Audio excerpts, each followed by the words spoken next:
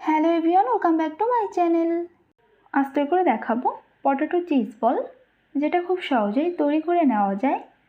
চলুন রেসিপিটি দেখে নিই। রেসিপিটি বানানোর জন্য এখানে আমি দুটো মাঝারি সাইজের আলু সিদ্ধ করে ভালোভাবে ম্যাশ করে নিয়েছি। এখন এর ভেতর দিয়ে দিচ্ছি হাফ চা চামচ লবণ, দিচ্ছি 1/4 চা চামচ গোলমরিচের গুঁড়া, 1/4 চা চামচ গরম মশলার গুঁড়া,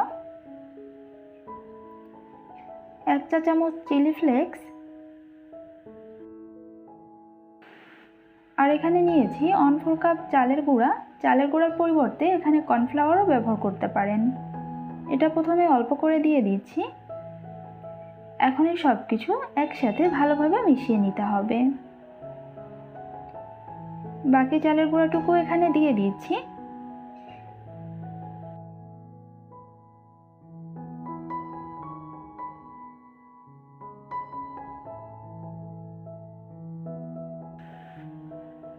এই সব কিছু ভালোভাবে মিশিয়ে নেওয়া হয়ে গিয়েছে। আর এদিকে একটা বাটিতে একটা ডিম ভেঙে নিয়েছি। ডিমের ভেতরে একটু লবণ দিয়ে এটা ভালোভাবে ফেটিয়ে নিচ্ছি।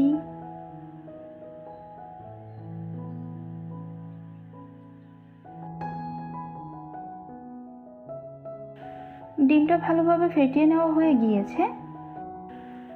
আর আমি চিজ এরকম ছোট টুকরো করে কেটে নিয়েছি।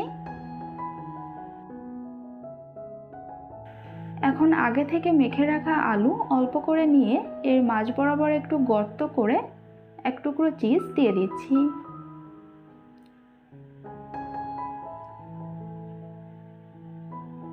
এখন এটা ভালোভাবে ঘুরিয়ে নিচ্ছি।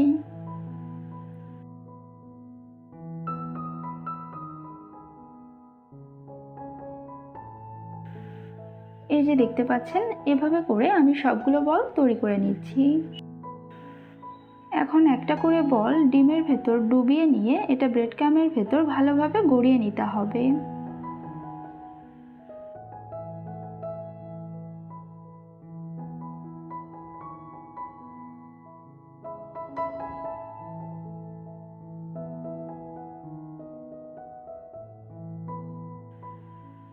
আমি সবগুলো বল এরকম একইভাবে তৈরি করে নিচ্ছি। সবগুলো তৈরি করে নিয়েছি। এখন এটা ভেজে নিতে হবে। এটা ভাজার জন্য একটা প্যানের ভেতর বেশ কিছুটা পরিমাণ তেল নিয়ে নিচ্ছি।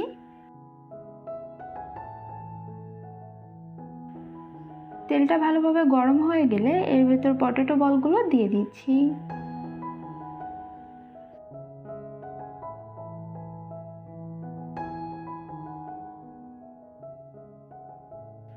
এটা মিডিয়াম আঁচে একটু পরপর নেড়ে চেড়ে ভালোভাবে ভেজে নিতে হবে।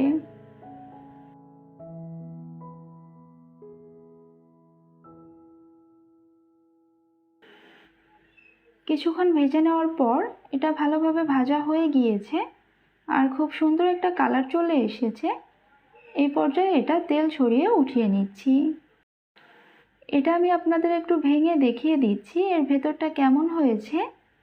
খুব সহজে তৈরি হয়ে গিয়েছে আমাদের আজকের এই পটেটো চিজ বলের রেসিপি। খুবই সহজ একটা রেসিপি আর তৈরি করতে খুবই অল্প সময় লাগে।